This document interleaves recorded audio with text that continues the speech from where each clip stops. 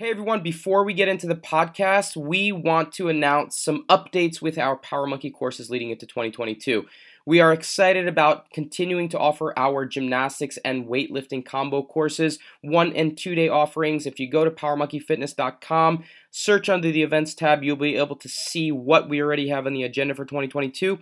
We will be expanding into kettlebell offerings as well. Those are already up on the site too. If you're looking to host one yourself, please contact us at info@powermonkeyfitness.com and we'll get one of the courses out your way if one's not already on the agenda. Come hang out with us, learn some technical expertise when it comes to weightlifting, gymnastics, and now kettlebell. Hopefully see you soon. Welcome to the Power Monkey Podcast, where we chat with the best in the world about what they do. I'm your host, Dave Durante, and this week we have two special guests, both coming from our kettlebell team, Zach Filer and Adriana Cara. Both, after having worked under the tutelage of the man himself, Jeff Martone, have become incredible instructors and teachers in their own right. They are instructors not only with our kettlebell team, with our courses that we teach under Power Monkey, but also after having taught at our camp for a number of years, a big part of our family.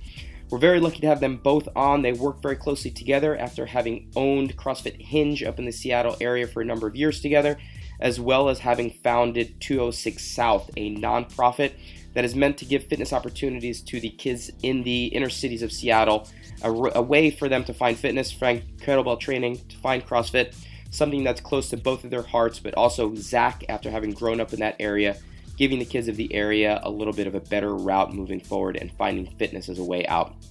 We love talking with them. They're incredible athletes in their own right, having competed in CrossFit at a very high level, as well as both having world records within the kettlebell space. We talk a little bit about that, a lot of other topics here. I think it's something that we could probably talk with them a little bit more on, but we hope you guys get a chance to enjoy this one, learn a little bit more about Adriana and Zach and what they have brought to the CrossFit and kettlebell space, as well as welcome them to the Power Monkey family. Enjoy. AJ and Zach, thank you both for taking the time to be on the podcast with me today. How you guys doing? Good, boss. Thank you for having us on.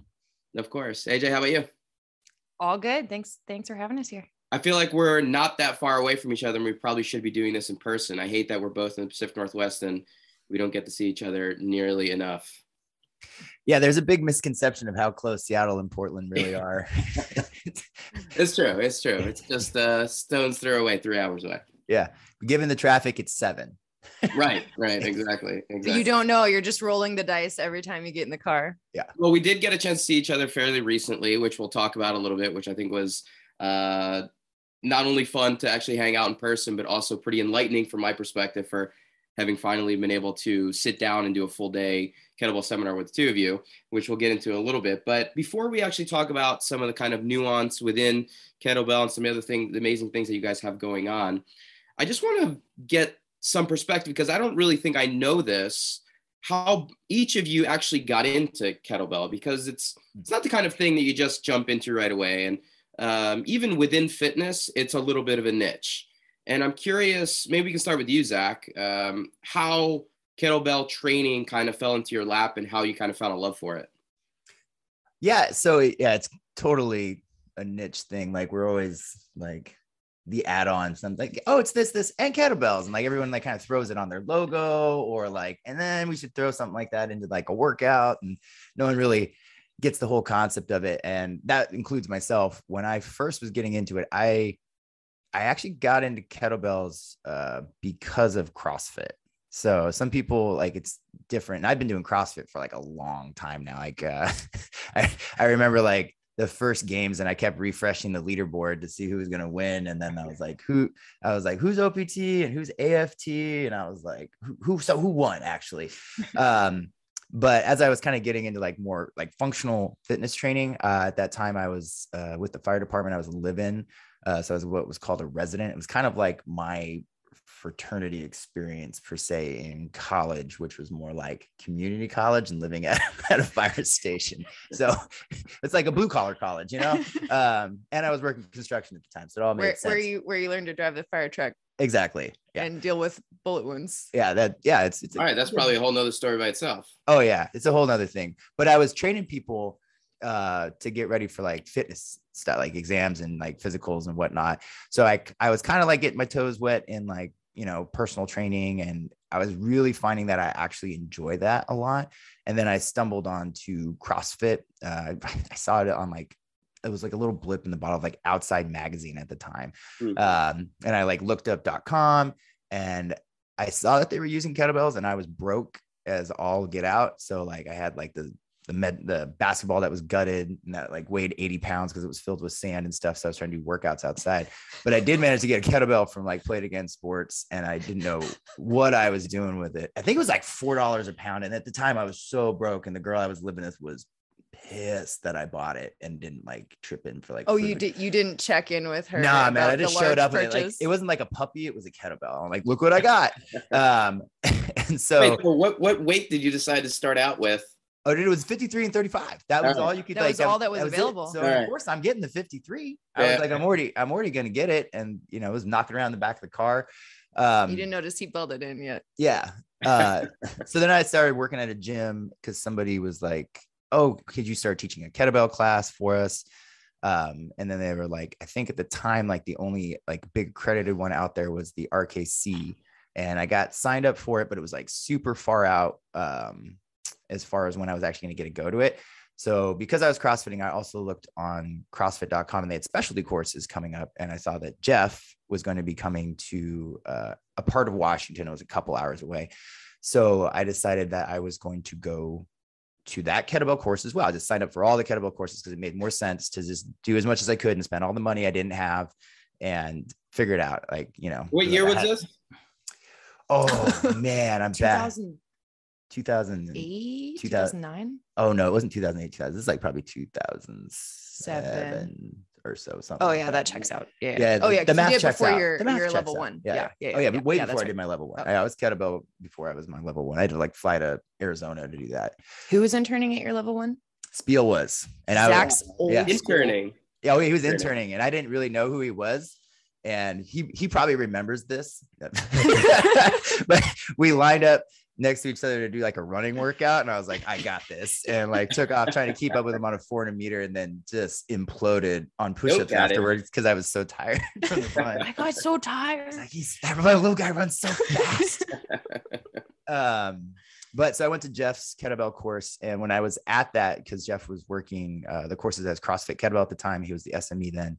And he talked a lot about how you can sub in movements too. He's like, well, if you don't have a barbell, you can do this. And if you don't have this, you can do that with a kettlebell.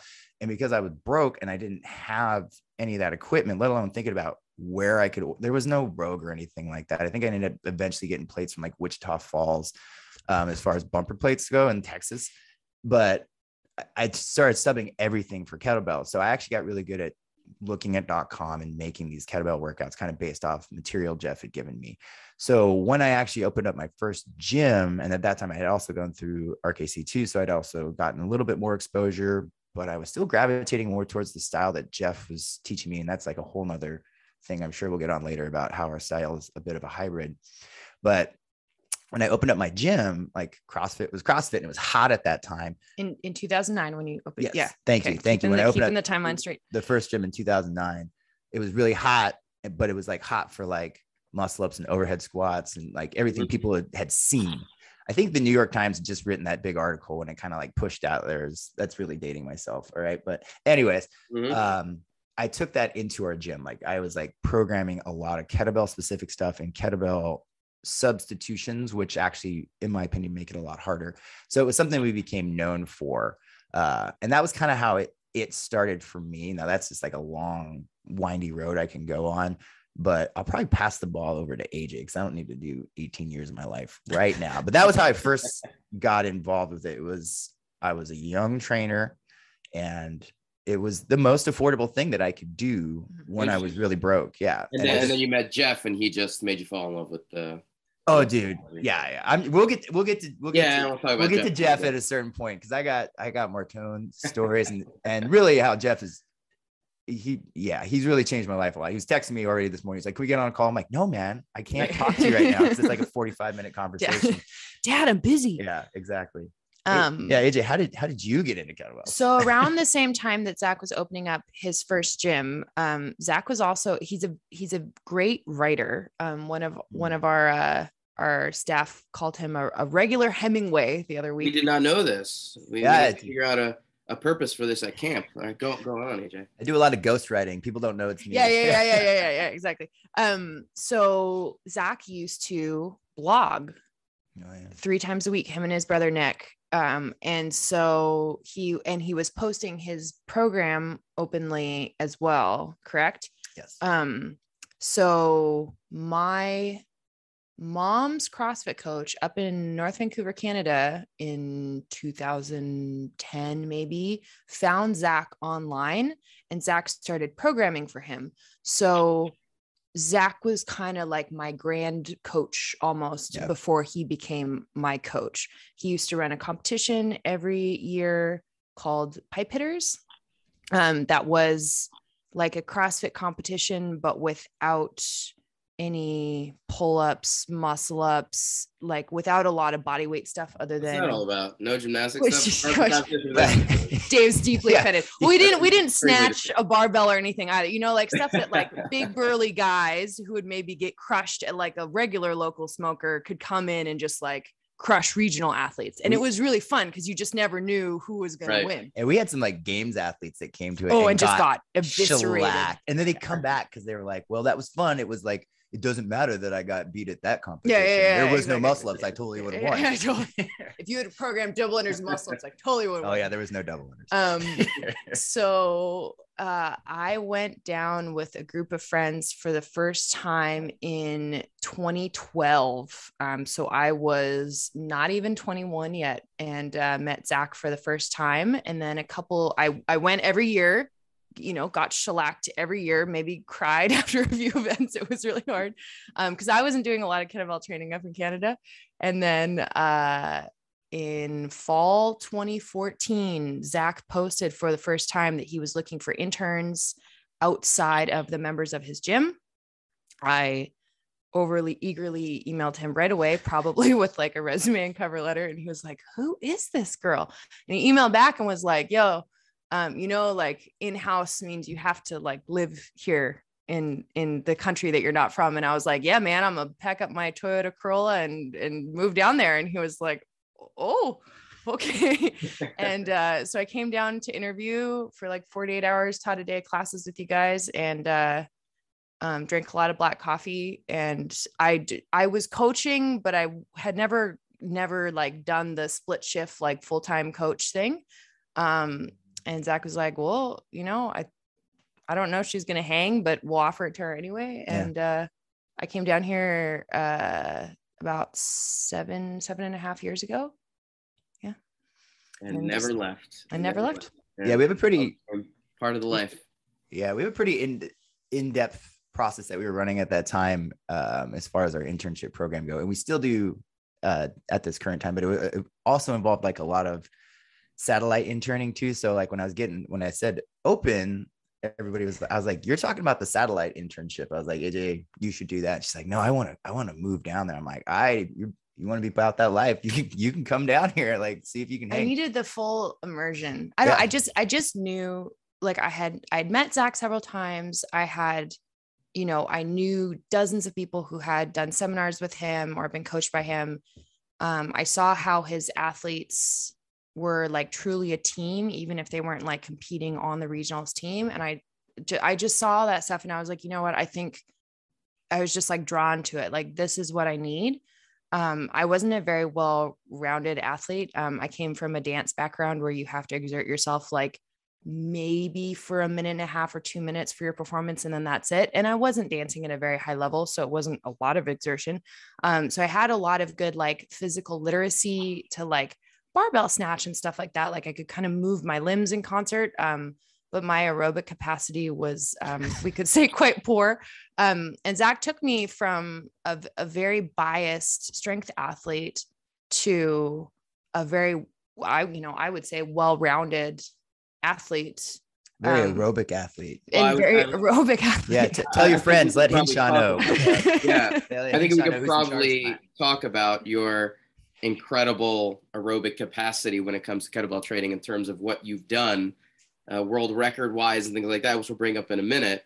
But let's talk a little bit about your methodology. Zach, you mentioned a little bit about it being more of like a hybrid from what's out there. And, me having gone through it just a couple of weeks ago, still pretty present in my mind. I did start incorporating a lot of kettlebell training into my daily stuff now. So I want to talk a little bit about how that's coming along. So you guys definitely had an influence on both me and Sadie.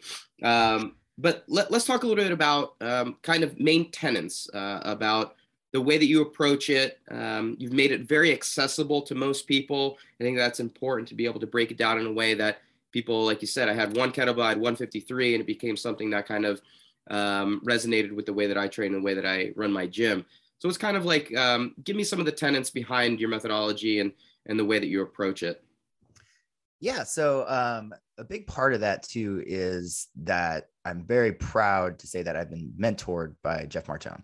So Jeff was the one that first showed me all the stuff. I remember walking by me when I was trying to clean in the class, and he shook his head, and I was like, oh, this dude hates me, because I was like, just hates me, and I'm not going to do well at this. And there was like a test at the end. I was like, he's definitely going to fail me. But a big thing that I picked up from Jeff that he really kind of was the example of what I thought CrossFit was supposed to be, because at the course he kept talking about like boxing and wrestling and like all these like learn and play new sports things and how to change stuff up, and nothing was just because. It was never just this one thing. And that was even like in his style of kettlebell lifting. I went through it and I was like, okay, this is how I need to know how to do it. And if I know exactly how Jeff wants me to lift, then I'm golden. And then when I went to the RKC, which is the Russian Kettlebell Challenge, which was a very popular organization, and at this time has now become, RKC still around too, but now it's also known as Strong First as well. And I went to theirs, and it was quite a bit different as I was going through it. And I was like, oh, okay, well, different strokes for different folks. I get it. But I wanted to gravitate more back towards what Jeff was doing. And in doing so, I went back to the drawing board and really worked on, every single thing that I should know how to do for Jeff. And then I went to his 5-day tactical athlete course in Georgia when it became available. And when I went out to it, started with 2 days of kettlebells, and it was all different. I was like so pumped to come and show Jeff what I had learned. And I was like, bro, look, I can't. Now I flew to Georgia to see you, like weird stalker dude. Like, I'm so fanboying to go see Jeff. And when I got there, he was like, oh no, do this. Oh no, do that. And I was like, dude, that's not how you taught me. Like, it wasn't how it was done. How long had it been like between the two courses? Do you remember? Probably a year or 2 years, probably like that. 2 years. I actually had an intern that was underneath me go out to that course as well. Shout out to Margot Chan, who's now a doctor. But so I was pumped for him to see a student of mine too. I was like, oh, he gets to see a student of mine that I've taught. So then I was like, cool, well, now my student doesn't look like they know what I'm doing. I don't know what I'm doing. And from that, what I thought was a poor performance, Jeff then invited me to come intern on courses with him. And when I showed up at the course, he started teaching, and I had gone back to the drawing board and I was ready to go. And when we were teaching the course, he asked me to teach something. I started teaching it verbatim. Exactly. I practiced like in the mirror the night before. And as I'm going, he's like, no, we don't teach it like that. And I looked at him and I was like, why are you doing like now at this point, I was just in Idaho, like, teaching in front of like 30 people, a bunch of people like, oh, cool. You're on the CrossFit staff. This is awesome. You're teaching stuff. I was like, yeah, I am. And then it was like, wrong. You're not even teaching the movement right. And what I learned from that was that Jeff's style was always evolving. So it taught me that my style needed to constantly be evolving. And from that, Jeff really pushed me to learn more. He was like, after that, I was doing more courses with him. I jokingly call myself his non-regional dialect interpreter. Like, nobody can really understand Jeff. He's got this nasally, he calls it a Tennessee accent, but it's not. Like, I don't really know what it is. But I was traveling around teaching with Jeff, and he's telling me like, you need to go to Russia and learn sport lifting, and you need to do this. And I'm like, you don't like me? Do you want me to go to these other organizations? So I was learning from like IKSFA, IKFF, and these are a bunch of organizations that anybody that's potentially a kettlebell nerd that's listening to this, like, oh, okay. So they have experimented with everything. And what I always found was I always came back to Jeff. Like I always came back to what he was doing because he was kind of, in my opinion, pushing the envelope of constantly reevaluating what he does. And I know that goes back to his like tactical background of always updating things, and you can't be stagnant because it won't allow yourself to have growth. Really quickly, Zach, before you go on. So is that one of the things that you've noticed to be, you mentioned, doing RKC and it being very different. Yeah. Saying like, that's one that's really popular right now versus what you gravitated towards with Martone's method. Is the thing that kind of separated themselves between that one and Jeff's, this idea of Jeff constantly evolving and Jeff constantly trying to make his better and different, and it always having this idea of we're going to take in what we learn as we go, as opposed to always being stagnant. What's the difference that you notice between those two? Well, yeah, you kind of hit it on the head with that. So for anybody that's listening that isn't familiar with like Strong First style, they actually call their style hard style. And it's kind of like a shout out to like old, like they might be like, that's not true. When it was explained to me a long time ago, it's like kind of old school karate, like there's a lot of hard breathing and like key-upping almost that goes on with the whole thing. And I have a lot of friends involved with that organization. And it's funny. So we go to events that they put on and they look at us and they say, oh, they're sport lifters. So like kettlebell sport lifting, which I'm sure we'll talk about at a certain point. But then when we go to kettlebell sport meets, we go there and they're like, those guys don't do kettlebell sport lifting at all. That's not how it's done correctly. So we're like nebulously in the middle between these styles, because we take what works, absorb it, and get rid of what doesn't necessarily give us an automatic return in our training, because we're not necessarily just trying to fit into a box, which is when we started doing like, and Jeff asked me to like take over the programming for the CrossFit kettlebell course when we were running that. One, I was very flattered, but two, it's because he's like, well, you've taken the concepts that I've done and now you have a better understanding of how to reapply that into the settings and into the gym. So like take that and run with it. So I went out and started, going to people and be like, hey, it doesn't need to be X every time you program something. You don't need to have a movement curriculum of 9 moves, even if it's the key movements or anything along those lines, and only program from that. Let me show you different like shapes and angles that you can apply using kettlebells for different stimulus for a greater return. It can be very, very nerdy when I talk about it, which I love to get in depth on that stuff. So I won't go too far down the rabbit hole per se there, but the idea is if people can understand how to take a very basic rudimentary tool like a kettlebell and get a lot of results out of it in a minimum amount of time without taking up much space, that is where you can see large returns in your training and greater returns with your larger demographic of people that you're working with in your gyms as well. Yeah. And I know that was something that kind of like was interesting to AJ when she came down. She wanted to know how to apply that in a gym setting. And if, in fact, at one point, not just at one point, but for years, we actually had that kind of branch out into multiple gyms. So we used to run an organization called the Iron Club. And Iron Club, you can think about it, there was like affiliations, but we called them charters. So we had charters. We had 3 charters in Germany. We had one in Miami. We had one in the Washington Tri-Cities. We had our main one in Portland. And then they were looking to have one up in Canada.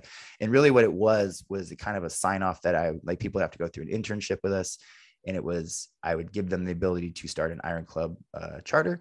And it was kind of their check off that they were a CrossFit that knew how to kettlebell and how to do it in a certain style through us. Mm-hmm. So that was something that people kind of aspired to do. And when we ran the charter program, it was something that tied us together very much. In fact, you met one of the people that trained at one of our German charters. And you kind of saw how like, that was a tight thing. Like for anybody listening, when we did our combo course down in Portland, we had somebody come in that like fangirled out and just like came over, hugged, started crying at us. Like crying. Dave, she was, Dave looked at me. I was like, see, we're a big deal. But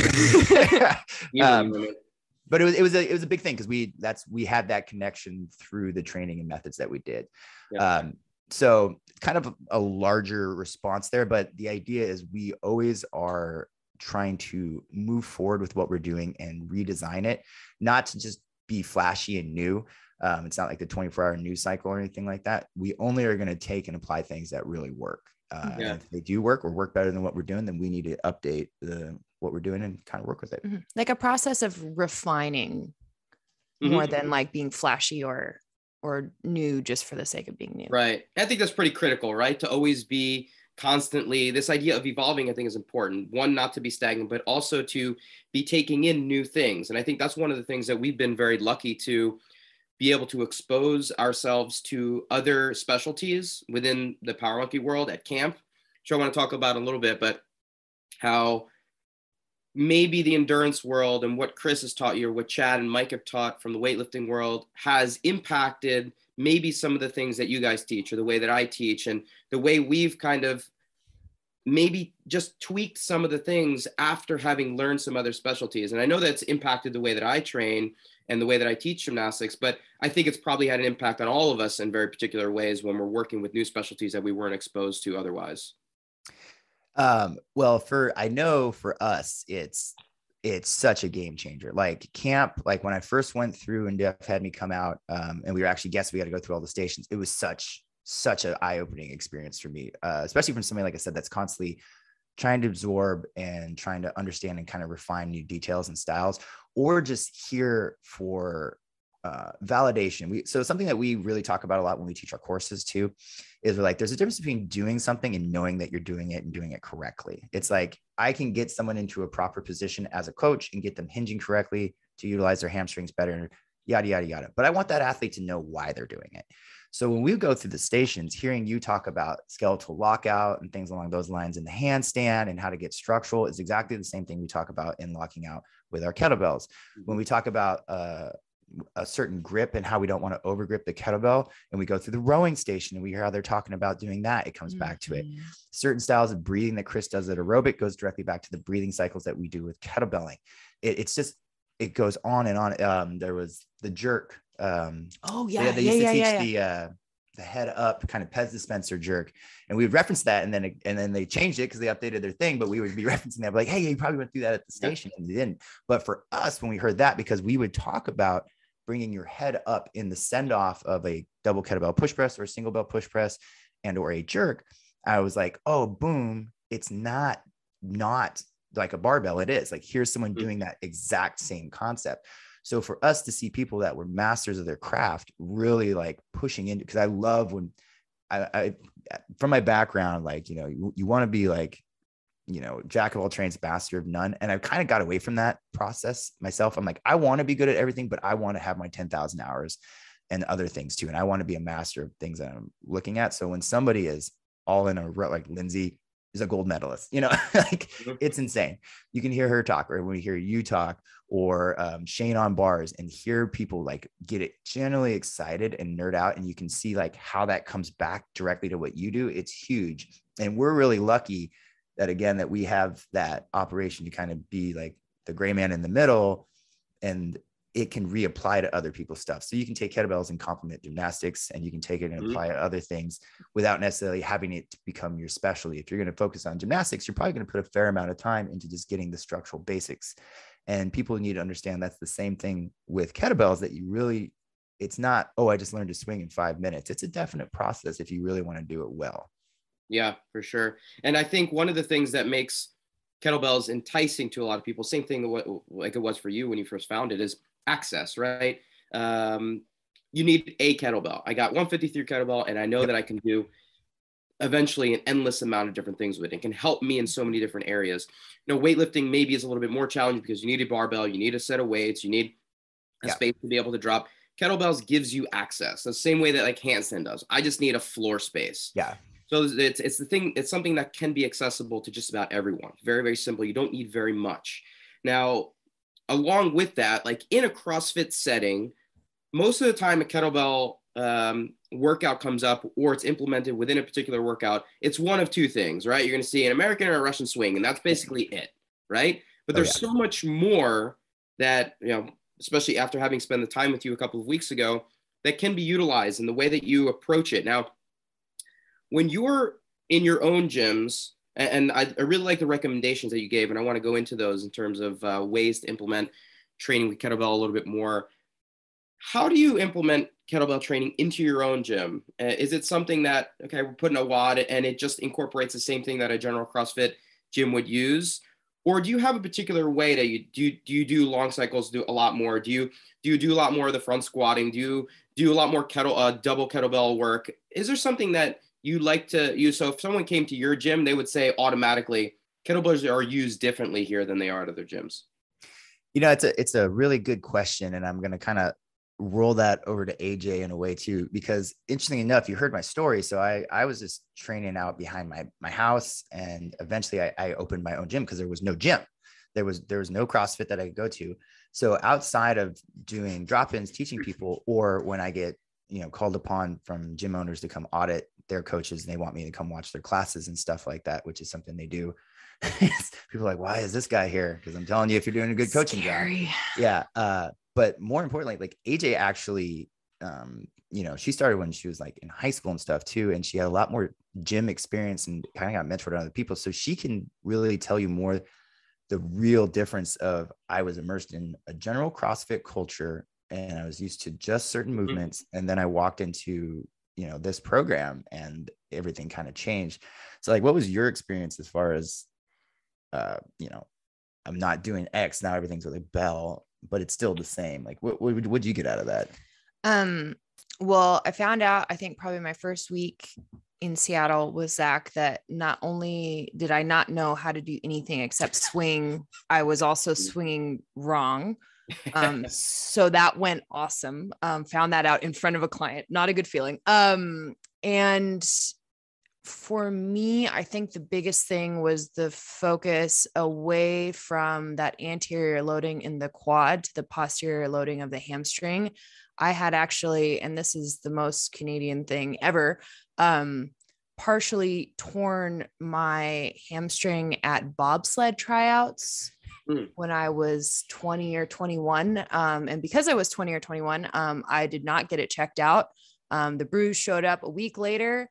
I was at the CrossFit Games and I was like, that doesn't look so great. And then I went and did Grace for a fundraiser workout. I just didn't take care of it. And so I became a very, very quad dominant athlete. And so working with Zach just as an athlete in that initial internship that I did, I saw every single one of my lifts, including my strict press, go up between 5 and 25 pounds in 4 months.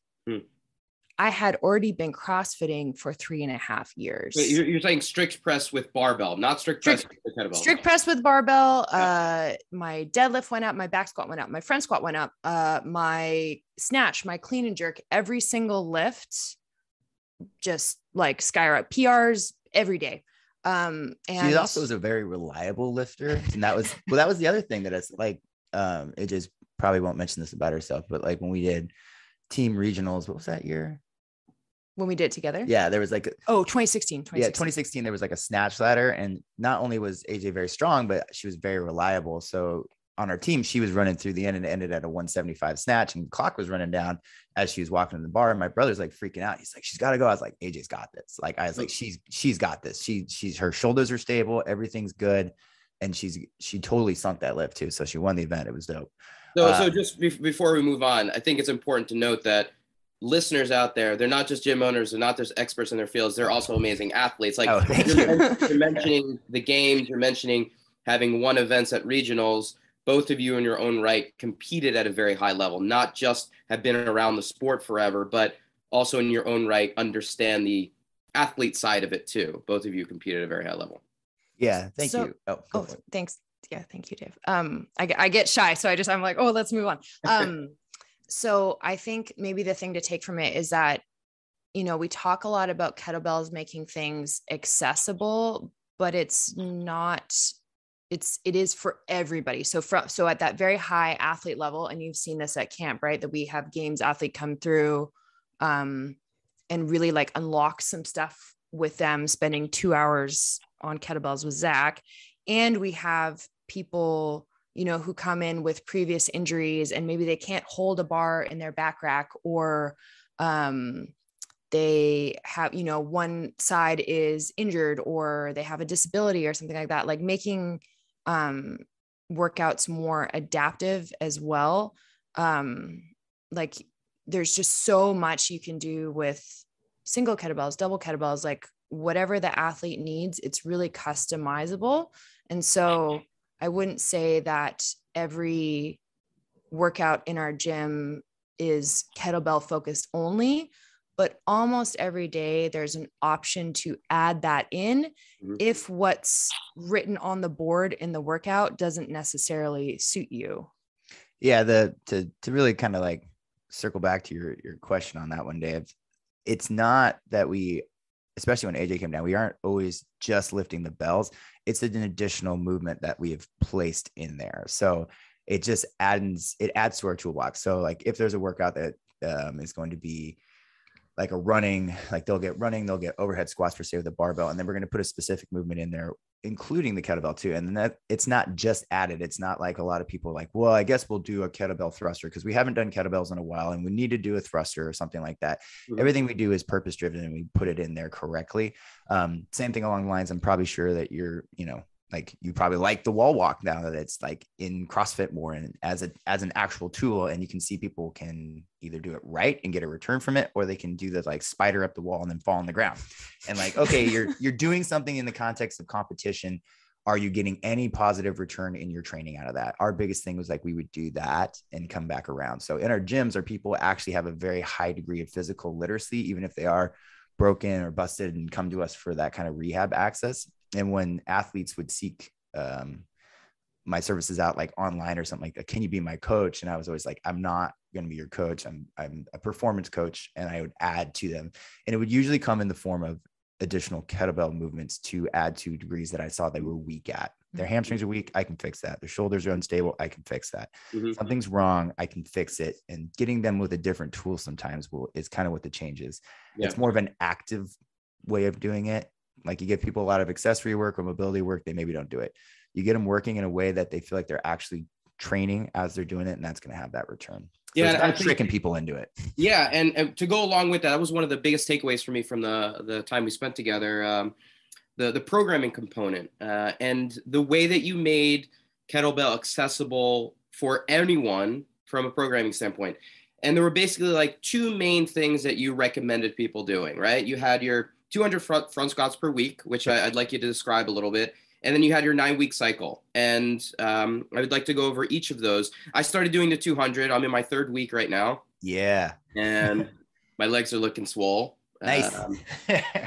Complete lie. My legs still do not function at all. But the objective here was to try to give something that is easily implementable from like the fact, okay, we have a CrossFitter that's doing 5-6 days a week of training. How do we get kettlebell training into it that can actually supplement well, get them stronger in a variety of different areas? Can you just talk about first this idea of 200 front squats per week, how you came to that number? I know you've run tests with this for years, and this is the one that actually ended up being the most successful. But can you talk about this in terms of implementation and why you found it to be successful?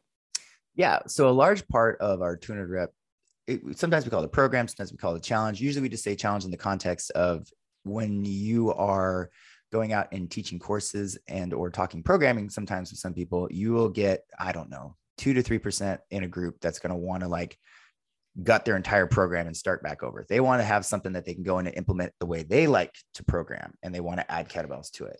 So the challenge definitely has that return factor to it, that it's easily implemented into your current programming. It doesn't need to derail everything you're doing. You can keep snatching, you can keep doing your gymnastics work. You can do a lot of stuff like that. The basis of it is to make sure that as you're doing it though, that you're not just suffering through squats, that you're actually putting yourself into the correct position for the optimal return. With our variation of the double kettlebell front squat, I say our variation because some people do it differently. Do I think ours has the greatest return? I do. I can say that with, no shame in my game. What's the difference that you notice in terms of the way that you guys position versus others? So in our positioning, a lot of people, when they will double kettlebell front squat, either they go very straight down and up like a traditional front squat, and then they may pin their arms directly against the ribs, and then they hold their arms kind of open as they go down. This can create torque in the elbow, and some people would argue with me on that, and I would love to go back and forth with it on them, but also because you can hit the bottom and create a dynamic position where the bell pulls out. That's me getting nerdy. What we look for when we do it is we get the hips to go back slightly as you descend into the squat, and it almost can look like a Zercher squat from the side. If you're not familiar with that, it's when you actually hold a barbell in the crook of your elbows, and it's very uncomfortable for a lot of people to perform Zercher squats. So I used to recommend them, and then people would not want to do them. So what's a better way to do anything than actually figure out how to get it going? So what we do is we have a slight detachment of what we call a cantilevered rack. So your elbows slightly come away from the body as you descend down into the bottom of the squat. This will raise the anterior loading as you actually have to keep yourself upright and get your abs to brace, as well as engage your lats to put the bells in the proper position.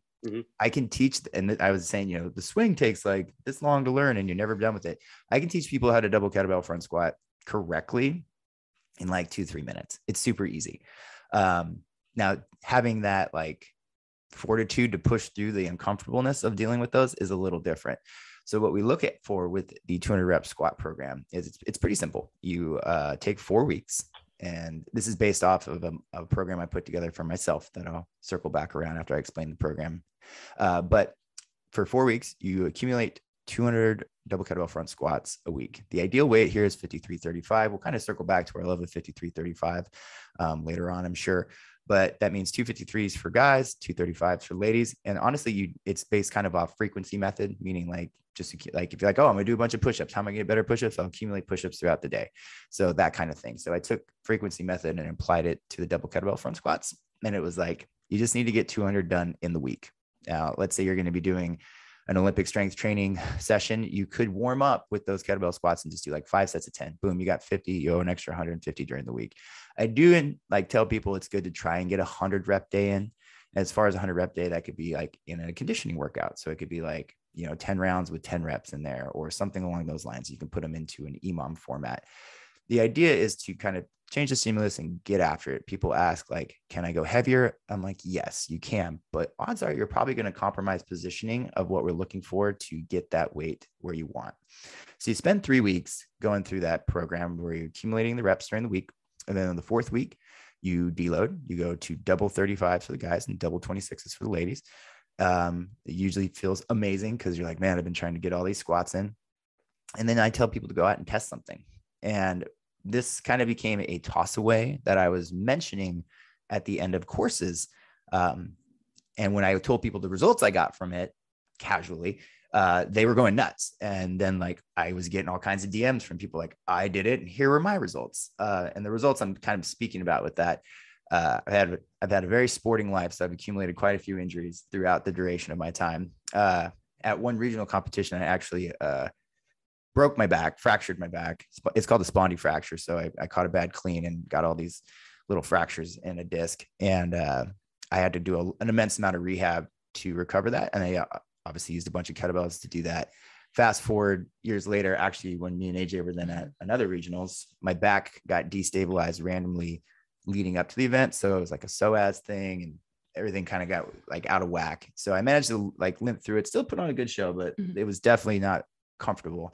And I was like, I need to do some rehab work afterwards. Long story short about that too. At that time, AJ was going back to Canada. We had 2 other coaches that were getting other jobs. And I was pretty much the solo coach at this mega facility we had. And the last thing I wanted to do was train at the gym at the end of the day. I was teaching all the classes. I was like, I'm gonna go home. I'm going to take 2 bells and I'm going to knock out, some workouts there to kind of focus on getting away from some of the traditional CrossFit stuff and just allow myself to recover. And I was like, you know what I really don't like, and I know it's good for me, double kettlebell front squats. I don't like demonstrating them at the course. I didn't like the way they made me feel. I felt weak doing them. And as I tell people all the time, if you feel weak somewhere, odds are you are weak there. So I told myself to get a better attitude, and I came up with this frequency method program. At the end of it, and I was just doing workouts on my patio, I noticed that my conditioning felt better. My strength was feeling better, even though I wasn't testing it at the time. And my body composition had dramatically changed. Dramatically changed. Now, a lot of that was probably a flushing of inflammation from some, very heavy stimulus I was doing with the weight training and whatnot. But this, in essence, kind of wrought ironed my back, and I felt a lot better. So even though this was 2016, 16, that was such a good try though. Yeah, I almost had it. Even though it was 2016, I still was kind of long in the tooth as far as how long I'd been CrossFitting. So every CrossFitter, it's like asking, another gym bro, what's your bench? You're like, if I'm going to test something, I may as well test Fran. So I decided to throw down on Fran, and I not only did I PR, but I went from a standing time of 2:36, which was all unbroken prior to that, which if no one's familiar with Fran, it's thrusters and pull-ups on a 21-15-9 format. And I went from a 2:36 and I dropped it down to a 2:04, I believe it was. And That's a huge drop. It was a huge drop, and nothing changed as far as like my rep scheme. I did the whole thing unbroken. I was butterfly pulling the time before I did it. And it was just like, wow, that program really worked. And we took it and then mentioned it to some other people. And then they started PRing on Fran too. And then that was a really interesting thing to do. And Fran is not an end all be all. And I don't want anyone to think like that's like a mark of your fitness. But a cool thing that we saw in our gym when we ran it through our gym population was we decided to do like a deload week before we tested something. And we tested a workout called Cindy, which is a 20-minute AMRAP where you do push-ups, pull-ups, and squats. And not only did we see everybody PR that, but there was, 50% of the population that actually started getting pull-ups for the first time. So then we saw a correlation between trunk strength, leg strength, and the lat engagement that was coming from it. So it actually just gives this like 4-week phase that you get a large focus on something, and the return in it is huge. And the real reason that I push it out for people is because it's so simple that it's kind of hard to miss as long as you kind of like stick towards what you need to do. And the results are enormous. I know. Yeah. Jordan's tried it out, and I know you're doing it now too. So I'm excited to hear your results. Well, yeah, that's the part that really interested me too when you were explaining it.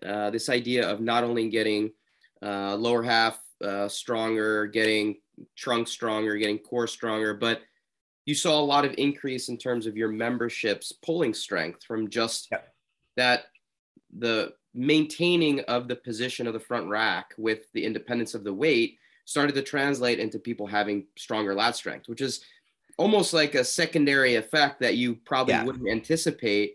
But the more you think about it, that's probably something that actually will have a lot of benefit. And I thought that was really, really interesting. Yeah, it's really cool because as soon as I start seeing something, I want to know why. I don't want to be the guy that's just telling people like, oh, because of X. So a large component of that too is the isometric strength that you're getting from maintaining a rack in a disconnected position. It builds up an immense amount of strength there, as well as that cantilever pushing down against you. So something so simple as just squatting right can have this huge return in all your other CrossFitting or training in general, be it, LEO, fire, grapplers, pretty much anybody I work with, military. Like it's so simple to like take your training time down from like what some people would consider like a full session of warm-up strength conditioning accessory, which is 90 to 120 minutes. You can take it down to a 30-40 minute session and still be seeing gains even later in life as an athlete, as far as like your training age. Well, I obviously Zach is an incredible athlete in and of himself, but he took my gymnastics seminar. Both of AJ and Zach both took my gymnastics seminar. And at the end of the day, we finished with muscle ups, and Zach wanted to show me his strict muscle up, and he's very, very strong. And he did a strict muscle up and it was very good, but there was some lean back to it. So instead of it being a vertical pull, so we try to think about a muscle being from point A to point B in as straight of a line as possible. Any lean back, which happens pretty regularly, basically lends itself to becoming some kind of momentum generating through that transition point. So he got down. I was like, Dave, how was that? Like really impressive, right? He's like, well, it was very good.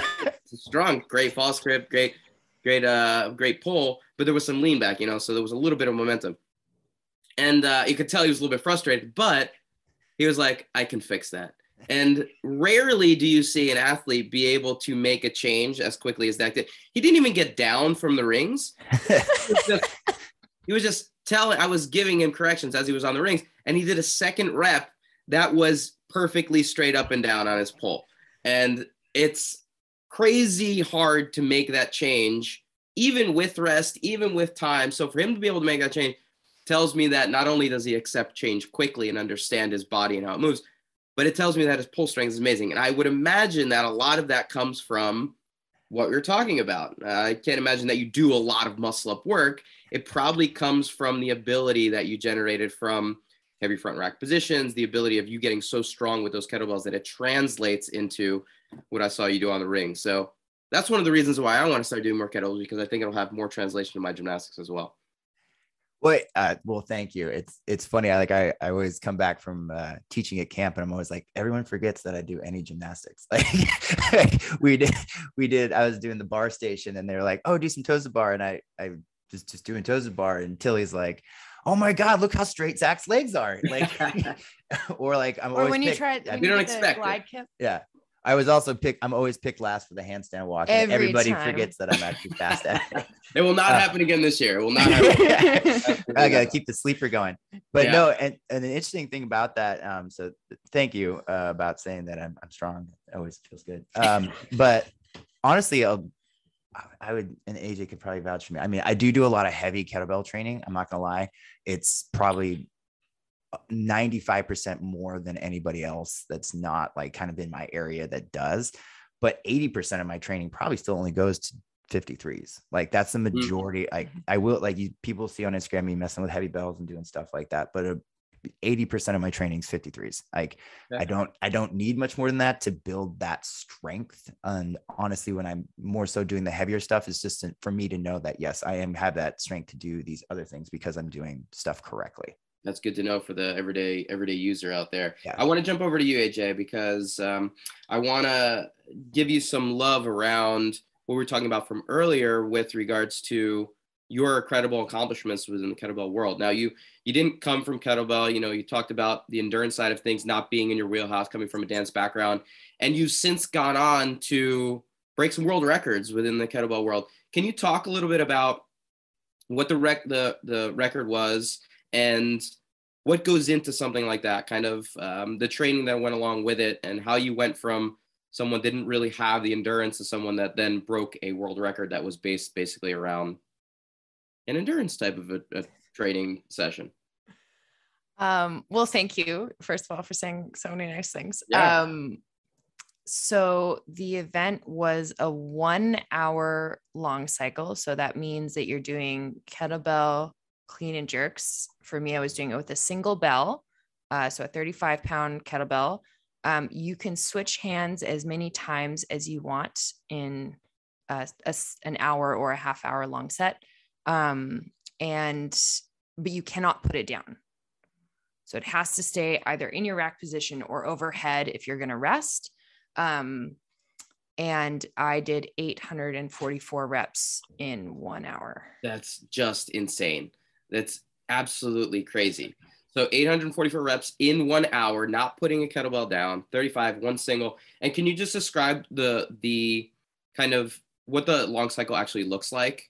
So this was fairly new to me, just so that kind of the everyday user of the kettlebell who's normally used to like a Russian American swing, what that looks like with a single bell. So you have the bell in one hand, it swings back between your legs, kind of like a swing. It comes to your shoulder, and then you send it overhead with a jerk, and then it comes back down to touch your shoulder in the rack position before it goes back down in between your legs to do another clean. And anyone that's listening, shoulder means thumb to collarbone, not on top of your shoulder. Yeah, it doesn't rest on top of the shoulder. Yeah, your thumb is at your collarbone and the bell is resting on your forearm and on your bicep. Now, the strategy here, I'm sure there was some pretty strategic kind of rest periods.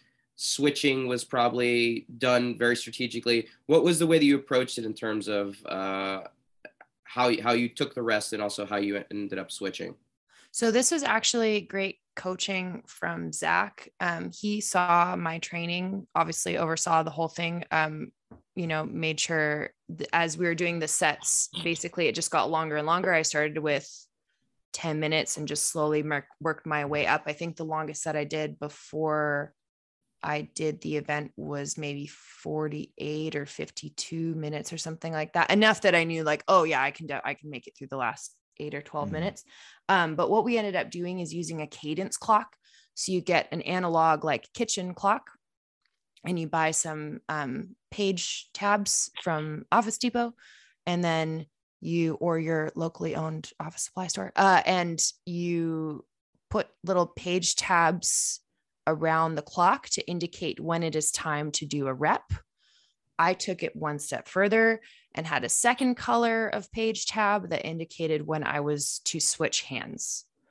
So approximately every 30 seconds, I would switch hands. I think I was doing an RPM of 13 or 14 to start with. Yeah. So when she says RPM, that means reps per minute. And what she's explaining is you have like an old school clock with a second hand. And then you have pretty much arrows on there. Like she said, tabs, she's being real nerdy here, but you just take like arrows and you stick it on there. And every time that second hand hits one of those, you perform a rep. So people would come into our gyms, and we actually at a certain point probably had 6 different cadence clocks on the walls for lifters when they were lifting. And people were like, what time zones are you in? Because it all looked they all backwards. Say the same time. Yeah. But we're like, oh no, we could just point at a clock, be like, that's a 20 RPM, that's a 12 RPM, that's an 18 RPM, depending on your lift, per se, if it was like snatch or long cycle or a certain thing, we could actually just say, as long as you're lifting on that cadence, you're going to make your mark for your goal set for this. Because what AJ did was a marathon lift. Technically, traditional kettlebell sport is a 10-minute sport. It's an unbroken sport. When you're doing snatch or long cycle, single arm, you get one hand switch in the traditional. If you're doing doubles, you get no hand switch. There's no double snatch, but they like long cycle and stuff like that. But if you set it down, there's shame, but nothing like bad happens. It just your set's over, and so you can't get any more reps. So like that's a big part about it. So when we would set those cadence clocks, it could be set towards an athlete's certain lift as well. And for AJ, the cool thing about it, when you're asking about rest and stuff, for her to hit that mark with the time duration it takes to actually complete a correct long cycle with fixation, which means lockout, it was pretty much a constant, like she could maybe get a breath between reps. Like you'd look at that clock, especially because you threw that extra hand switch tab on there, and it just looked like, like a sunflower. And you're like, well, what are you doing? Like, how is that going to help you? So it's very methodical in the approach, as far as like, I have to hit this. It's super miserable, but it works. Did it change a lot from, you said initially you were at 13 to 14 reps per minute. By the time you were at the end, had that decreased pretty substantially, or were you able to maintain that fairly well? I was maintaining it fairly well. I think I maybe dropped it 1 rep per minute or something like that. The thing that I would change, and was kind of like this sounds so sick. My reward to myself is that I would switch hands more often in the minute. So by the end, I was maybe doing, 3 hand switches per minute, or at the very end, like the last 3 minutes, maybe doing like 4 hand switches per minute rather than 2. So just giving your hands a rest. For me personally, like I've heard a lot of coaches say that like they notice people tend to rip doing kipping pull-ups in a workout at about the 100 pull-up mark is where like there seems to be some real carnage. Back in the day before gymnastic scripts were a commonality that everyone had. For me, half an hour sets, I was totally fine. Almost never ripped. But something over that half hour mark, and especially during the event when you're a little bit extra nervous, your sweat has that like different consistency or whatever to it.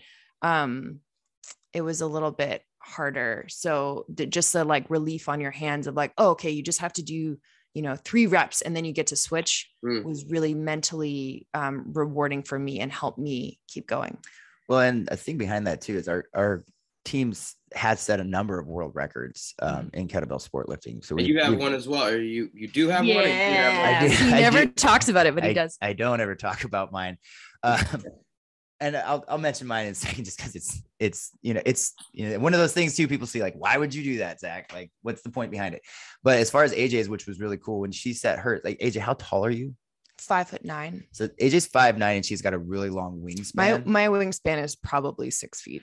So it puts her against the gun too, like when she's doing to get actual lockout and fixation, because you have to take her height into account as well. So her height and her arm length, you can only move so fast while you're doing some of these lifts. And it's not like CrossFit where like a judge just says 1, 2 and counts your reps. Like there are some like you have to hold until you hear the down call, and it's fast, and usually it's like a clicker, but it's not that fast. So you have to actually hold. So when you're talking about actually cycling the arm back, getting it to the rack, transitioning to the overhead and holding the lockout, like if she messed up, she was definitely going to miss that. And what she didn't mention is, and we see it a lot, and it's kind of cool. It's like, well, not all marathons, but usually if you watch any like long endurance sport, it's always like when coming across the finish line is the best part. You're not going to watch 3 hours of something. You watch the end of it.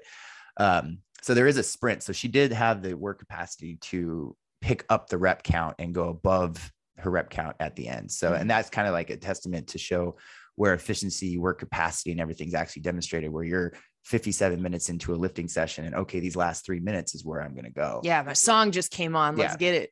There you go. And yeah, for mine, mine's an unofficial lifting movement per se. So it was just another fundraiser. We had a bunch of records that we had gotten out there, and I decided that I was going to do my 1 hour set. And I was going to put myself out there, just like I made a bunch of other athletes do it. Cause if you're not leading from the front in some aspect, you can't ask other people to saddle up for an hour set. So I told myself I was going to do one. And I did a movement that's called a bent press. So if you've seen any like black and white photos from people back in the day with handlebar mustaches and maybe like loincloths on, that's that lift where you see usually a barbell, someone's like twisted underneath it, and there's a barbell up over them. It almost looks like a windmill. So that's what's called a bent press. And you do it a lot with kettlebells too. You can see the old time strongmans get into that. I'm a huge like nerd when it comes to physical culture, and I love all this stuff. Actually, you dropped one on me at the course that I went to I went to Jeff, and I was like, Jeff, do you know there was like a weighted implement thing in gymnastics Olympics? And he was like, no. Dave, what was the other gymnastics thing that I didn't know about? Clubs were Indian clubs was a men's gymnastics event in the Olympic Games. Yep. Dude, you blew my mind when I was like, how do I not know that? Not because I'm like super into clubs. I just was like, I didn't know that. He mentioned it at least twice on the drive home. You You really made an impact. Well, the original Olympics for weightlifting had like 9 events, and one of them was the bent press. It was a 2 hands anyhow. So you'd get it up into the rack, and then people would rotate underneath the weight. And those lifts sometimes would take like 2 to 3 minutes. Like it was insane. So there's an immense amount of time under tension with it. So I told myself I was going to do an hour-long bent press. Now that didn't mean I was going to do the bent press itself for an hour. I was going to follow the same kettlebell sport guidelines. Bell can't go to the ground, all that stuff. And I was just going to do bent presses until I could no longer do bent presses. And part of that too is I was on the recovery from a pretty significant neck injury that I had some nerve damage with. And this was kind of like I still got it kind of thing.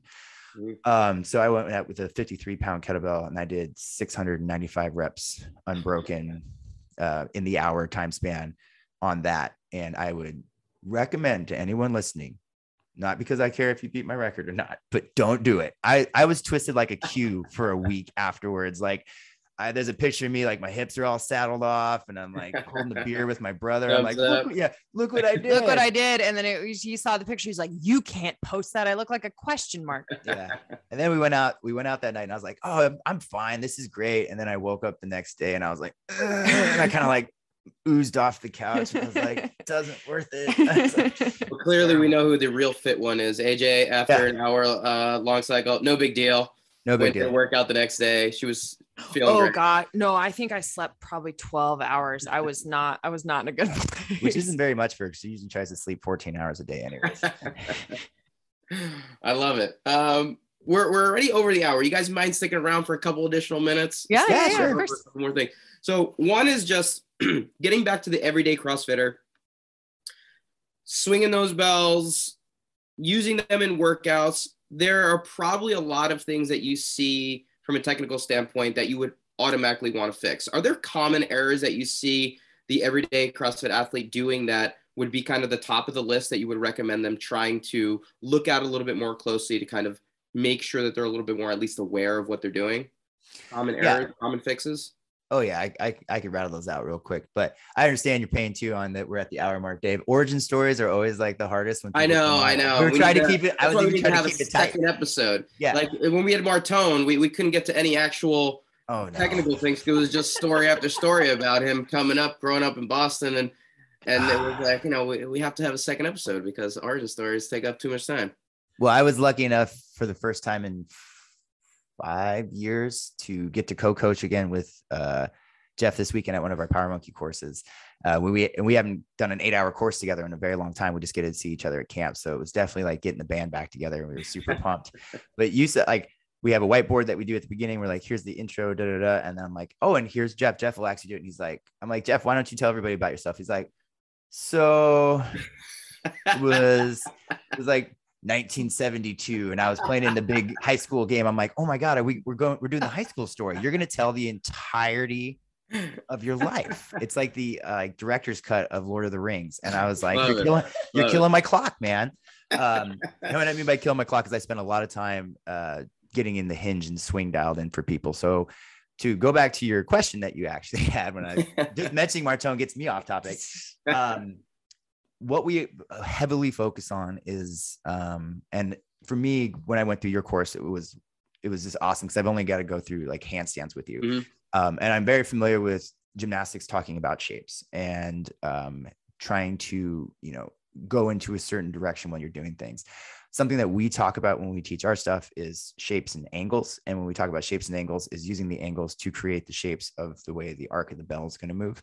And the angle is like how you're actually putting your body. So for those of you that are like listening in and you haven't had a chance to like see any of our like material online or get to any of our courses and stuff, we opt towards what we call like a heavy hinge. Now, in a heavy hinge is when your body is pretty much dropping down to a degree of like an extreme good morning would be the best way for most people to kind of think about it. Now, when that's happening as well, what I also like people to think about, because we always take everything back to barbell vernacular, you should have your shins back, like straight up and down, kind of like we almost did an RDL. So you got to get the bar down past your knees. You got to get your knees out of the way. So if you're going to combine that positioning, you're going to get into what we call a heavy hinge. Now, a heavy hinge is the most dramatic positioning you can get your body into. So you don't want to like be looking behind you when you're trying to swing, but trying to get lower and actually feel your hamstrings engaging is going to be a large component to that.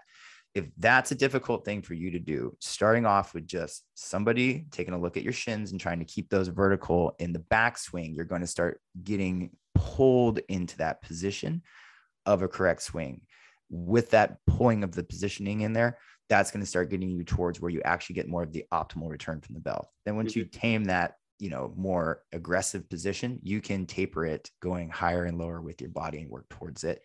Because we kind of start where the work is in the bottom. It's not at the top. So it's not like punching over your head for an American swing or throwing the bell out in front of you with straight arms like you see a lot of people do. We get away from that straight arm mechanic.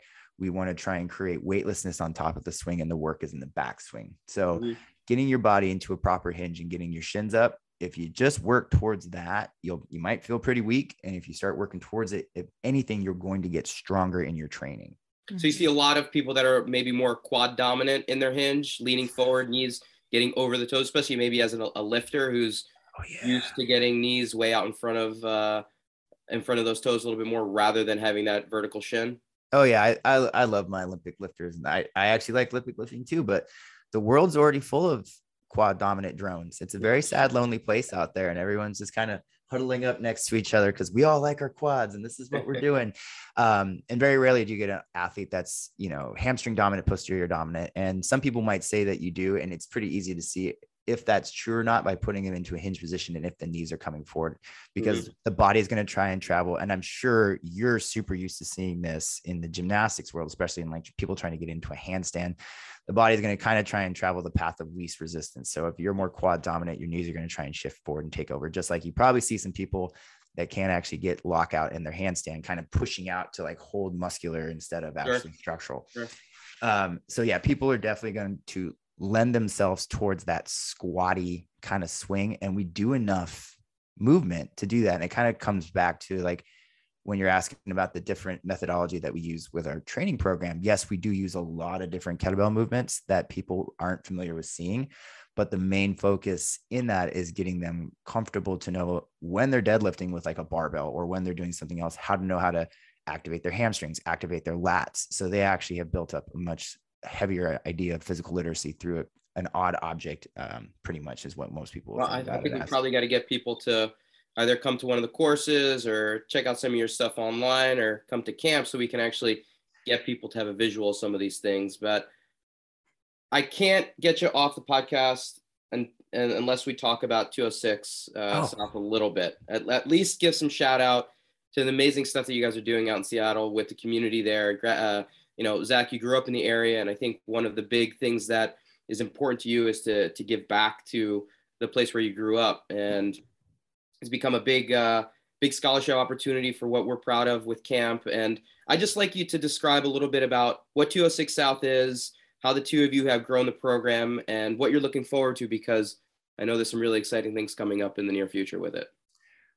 So as you said, Seattle's my home. This is where I grew up. I'm one of those people that gets to like, and I'm proud to say it. Like, I'm a local boy. Like, I'm very proud to say I live where I grew up. And with that, you see what happens to your city too. So I've also kind of watched a lot of the negatives that have grown here. And while I have an immense amount of pride in where I'm from, this is AJ's adopted city too. So she chose to come here, and she chose to kind of take on some of the issues that we've been seeing.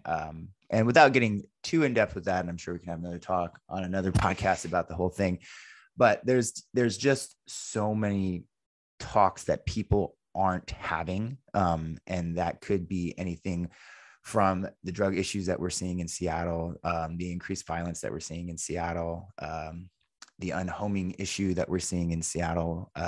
It's a long list that we can keep going.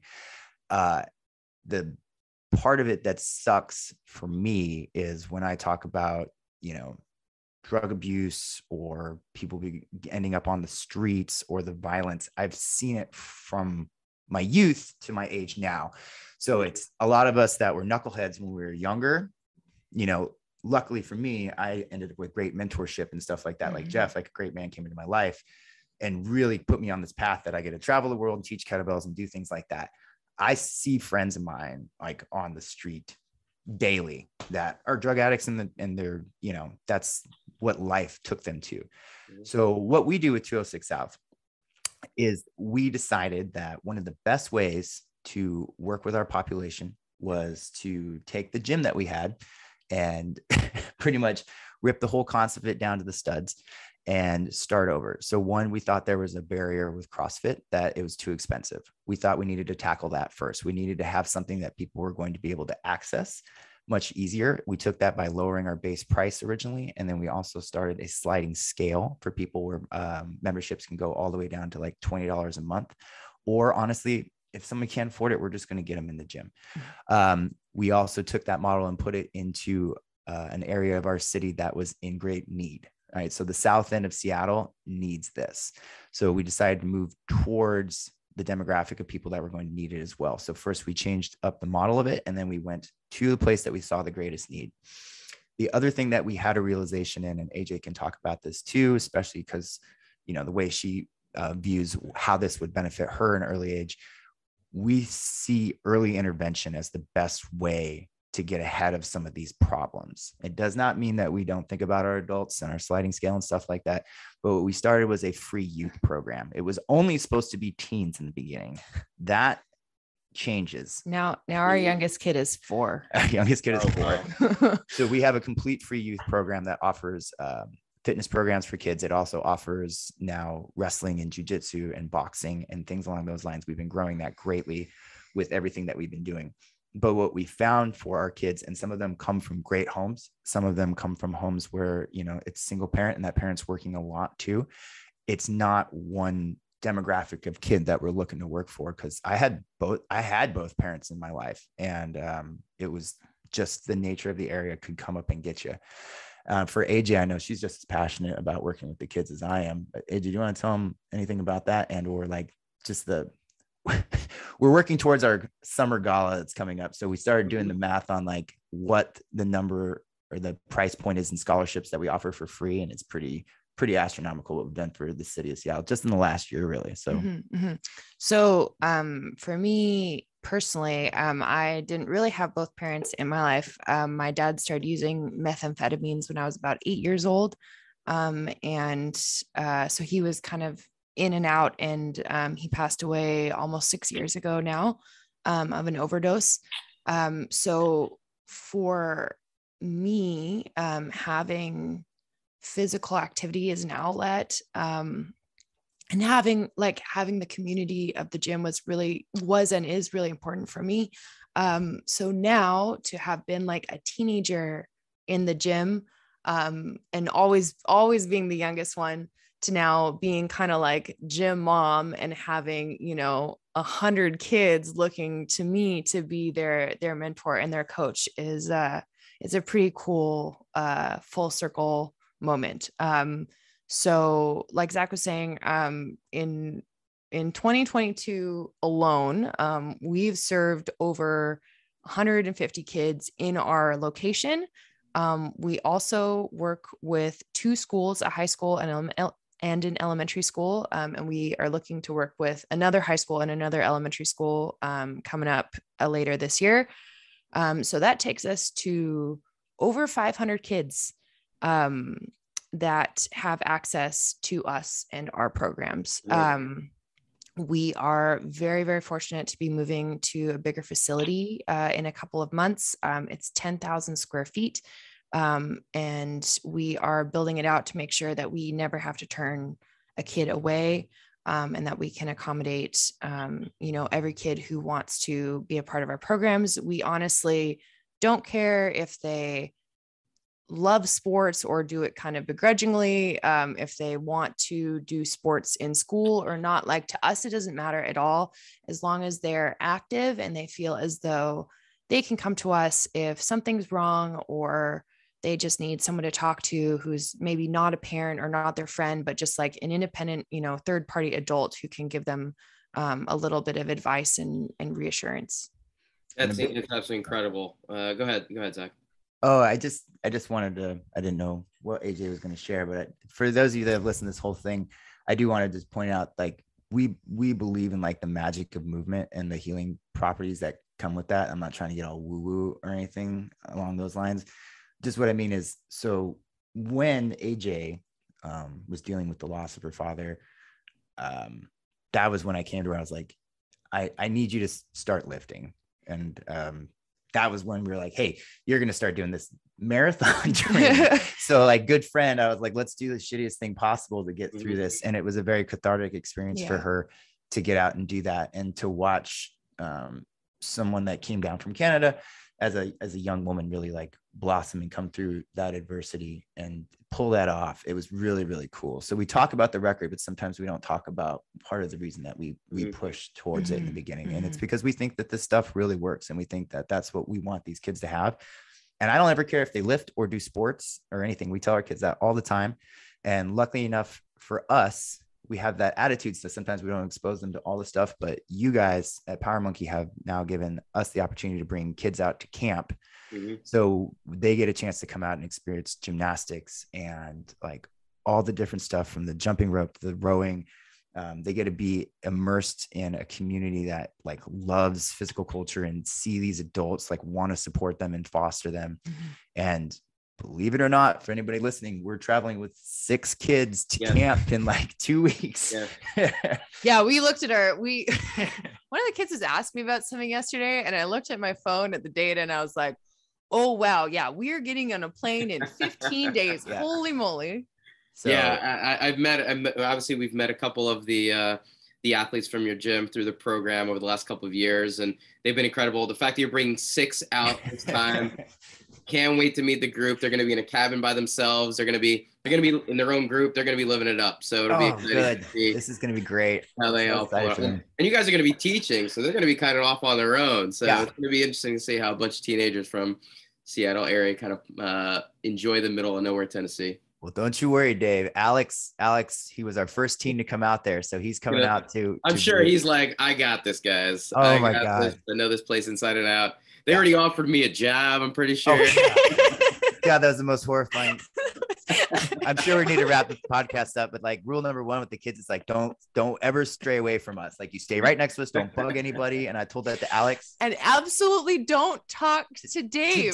Dave's got so much going on at camp, and he's walking around with his binder and he's busy. And I look over and I turned away for a second, and Alex had scampered. It was only 30 feet away, but that 30 feet took him to Dave.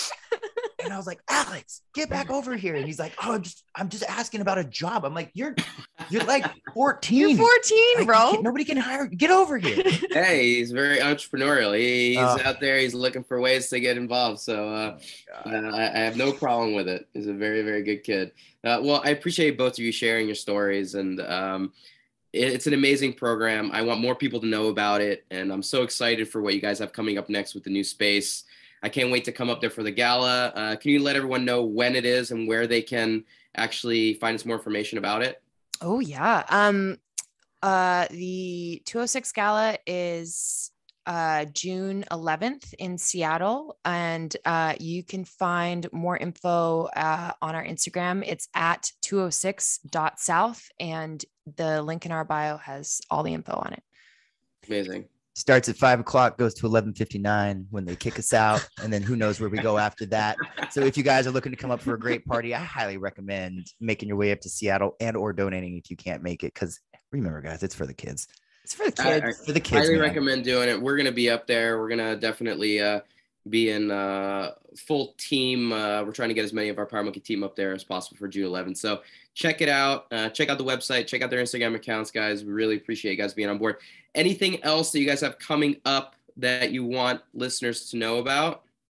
Honestly, just get on Power Monkey Fitness, guys. See the combo courses that we have coming up. Not only are we running kettlebell courses under the Power Monkey flag now, which I'm super pumped for, but we are also doing courses in conjunction with weightlifting and Dave in gymnastics and Mike Cerberus. So you can make it out for a weekend course and catch 8 hours with one of those two experts, or when they do tandem courses, and then also get some time on the next day with myself or AJ. Mm-hmm. So if you're looking at really getting the nitty gritty on kettlebell stuff, and then doing the fancy cool stuff too, I definitely get out to one of the combo courses. Highly recommended. You can check it out on our powermonkeyfitness.com under the events tab. You'll see all the ones that we have lined up for the next 6 months plus, with camp being our next big one coming up in less than 2 weeks.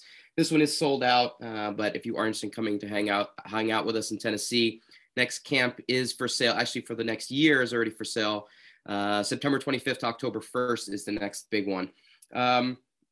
I didn't do this, but if you guys are really quickly, because we don't have chat on here, but I definitely want to make sure that we get this question added really quickly. What sport or discipline do you prefer? Weightlifting or gymnastics? Ooh. AJ, you first.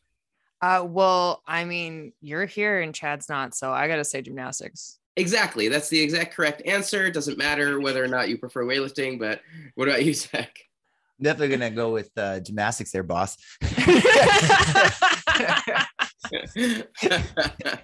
I will take the points. I'm well ahead of Chad right now. Actually, I think you may have heard, but Mike didn't even choose weightlifting when we asked him. So Chad's struggling to get points in his pocket. So thank you for 2 more gymnastics points. I'll take it. Really quickly, any books that you guys have come across lately that you recommend to our listeners? If you are readers, see a bookshelf behind you. So. Yeah, this is temporary housing. That's not my stuff. I honestly can't think of a single one off the top of my head. Last book I read, I just finished, was Luther, Last of the Fallen, which is not a book anyone's going to read because it deals with nerdy 40K stuff. So I got nothing for you on that stuff. Zach low-key is super nerdy. I mean, me too, but I think you'd expect it less from Zach. Super nerd. What was that one? Luther, Last of the Fallen. It deals with a Warhammer 40,000 character. If you guys are not familiar with that, I also paint miniature figures in my spare time, believe it or not. So you can. Right. Zach's a very well-rounded individual. Also, your own version of you. Yeah, exactly. When you come to visit Dave, don't be surprised when he takes you and Sadie to his little no worries. Room of miniatures and says, "Don't touch my stuff." Yeah, really, don't touch my stuff. I have my own version of that. I grew up with a ton of comics, and I brought them out here in my comic cards. I finally let my daughter Alessia see, not touch, just see, look at my comic cards and comics. That's as far as it's gonna go. So she's not quite ready to actually put her hands on. I haven't actually ever taken my comics out of the cases that they're in. So I totally understand where you're coming from, Zach. Don't worry about that. Yeah. I was Jordan's teaching up in the corner just shaking his Oh, yeah. head right now, but he's got his own little things that he probably doesn't want the world to know about. Oh yeah, I'm an open book. I don't care. Oh, Okay. I just don't talk. I keep it very professional at camp. People are like, Zach doesn't talk very much. Zach actually doesn't shut up usually. yeah, You're bringing stuff in yeah. your bio now at camp. Figurine painter is going to be at top of the bio. Oh yeah, man. Henry Cavill started talking about he likes it. I'm gonna stop. All right. Superman likes it, so it's cool. Well, thank you both, guys. I really appreciate you taking the time today. I know it went a little bit over, so hopefully it's okay with your time. But like I said, there's a ton of questions on here that we didn't get through. So we will be having a part 2 at some point in the future, maybe after the gala, so we can kind of wrap up how it all went and give people a little rundown on the event itself. But appreciate the time today. Thank you so much. Oh, thank you so much, Dave. Yeah, no, thank you very much for having us in on. Okay. And as always, we try and keep it as like on topic as we can, but when you got so many years of experience in the thing, it's kind of hard to be pinpointed on it. Understandable. We'll see you both in a couple of weeks. For all the listeners out there, be sure to head over to powermonkeyfitness.com for services and upcoming events. Check out our Instagram pages for regular teaching and technical content at Power Monkey Fitness, at Dave Durante. What are your Instagram handles again, guys, personally? Mine is at Old Country Strong. And mine is at Adriana Cara. Excellent. On behalf of Power Monkey Fitness, I'm your host, Dave Durante. And until next time, thank you all for listening.